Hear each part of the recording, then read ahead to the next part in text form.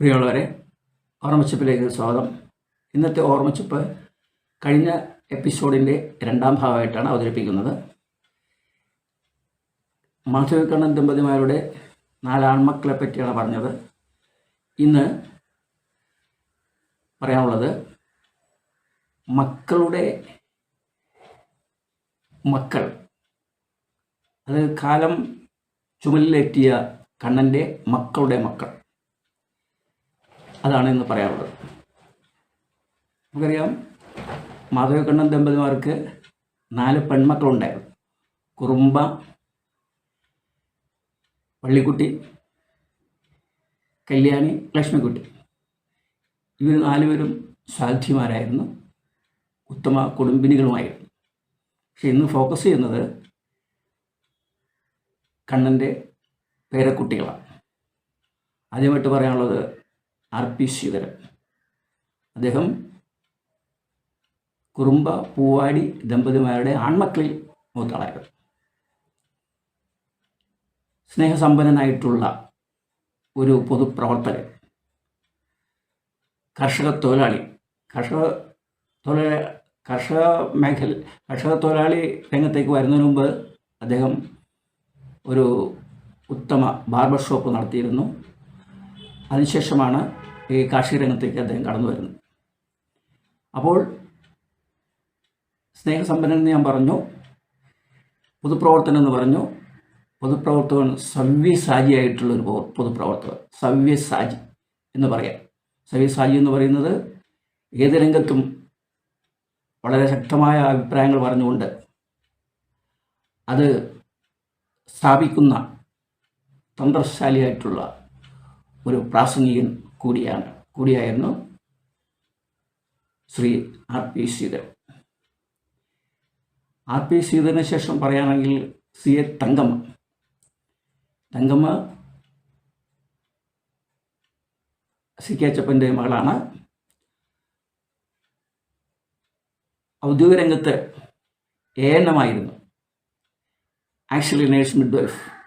അതായത് മാതൃശിശു രംഗത്ത് നല്ലൊരു സേവനം കാഴ്ചവെച്ച് അവരുടെ ജീവിതം ഈ മാതൃശിശു പരിപാലനത്തിന് വേണ്ടി ഒഴിഞ്ഞു വയ്ക്കുകയായിരുന്നു ഔദ്യോഗിക രംഗത്ത്.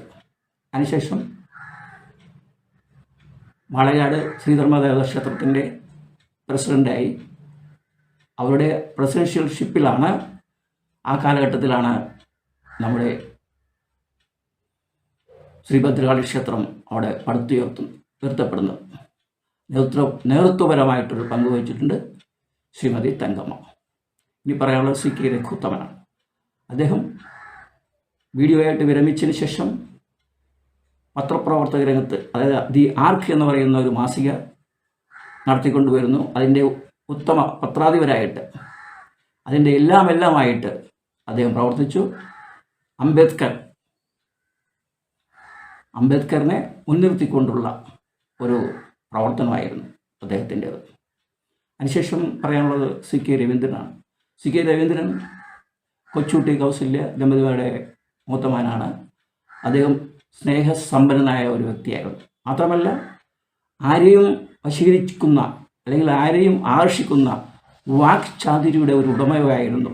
ആ ഉടമയുടെ അങ്ങനെ ഒരു വ്യക്തിത്വമുള്ള ഒരു വ്യക്തിയായിരുന്നു. എന്തു പറഞ്ഞാലും എപ്പോഴും ഓടിയെത്തുന്ന, സഹായകനെത്തുന്ന ഒരു വ്യക്തിത്വം.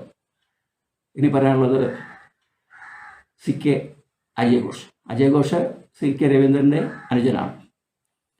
അപ്പയുടെ പൗരുഷം, അതായത് കണ്ണൻ ചിറക്കൽ, അദ്ദേഹത്തിനൊരു പൗരുഷം ഉണ്ടായിരുന്നു. ആ പൗരുഷം കിട്ടിയിരിക്കുന്നത് CK അജയ് ഘോഷിനാണെന്ന് പറയാം. കാരണം ചെറിയൊരു ഉദാഹരണം പറയാം. കണ്ണമാലി ചെലാൻ റൂട്ടിൽ സീ ലൈൻ എന്ന് പറഞ്ഞൊരു ബസ് ഓടുന്നുണ്ട്. രാവിലെ 8 മണിക്കത്തെ ഒരു ട്രിപ്പ്, നിറച്ച് യാത്രക്കാരോട്ട് പോവുകയാണ്. കാട്ടിപ്പറമ്പിൽ ചെന്നപ്പോൾ വണ്ടിയെ നാട്ടുകാർ തടഞ്ഞു. വടിതടി ആയുധങ്ങളായിട്ടാണ് വന്നത്. യാത്രക്കാർ പോകണ്ടേ, എല്ലാവരും വിഷമിച്ച് നിൽക്കുന്നു.